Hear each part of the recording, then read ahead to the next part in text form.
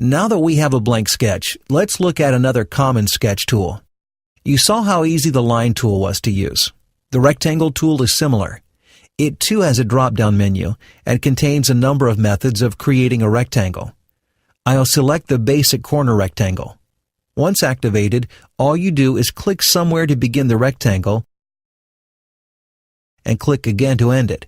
If you prefer the click-drag method that we saw earlier, you can use it to create rectangles as well.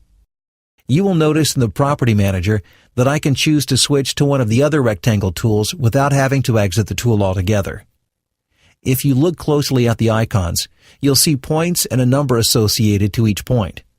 Each point is a mouse click in the graphics area, and the number is what order the click is in. I'll switch to the Center Rectangle tool, and you'll notice I need the first click to be the middle of the rectangle, and the second click is a corner. I'll move to the graphics area, click once for the middle, and once for a corner. You can also click and drag this tool as well if you prefer.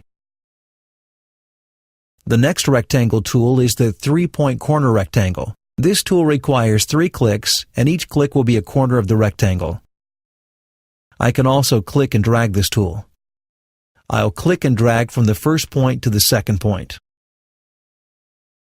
Release the mouse button and click and drag from the second to the third point. Next is the 3-point center rectangle.